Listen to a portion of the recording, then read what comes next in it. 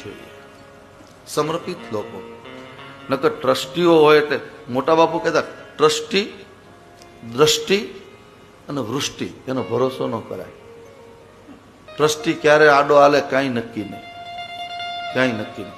હવે દ્રષ્ટિ આપણી ક્યારે બગડી જાય, કોઈના ઉપર સારી દ્રષ્ટિ પડે, કોઈના આપણે કહીએ ને આંખ આવે, આંખ જ એવી છે જે આવે 2-5 વર્ષે એકવાર સોજી જાય ને પેલું થાય. દ્રષ્ટિ ઉપર બહુ આધાર છે.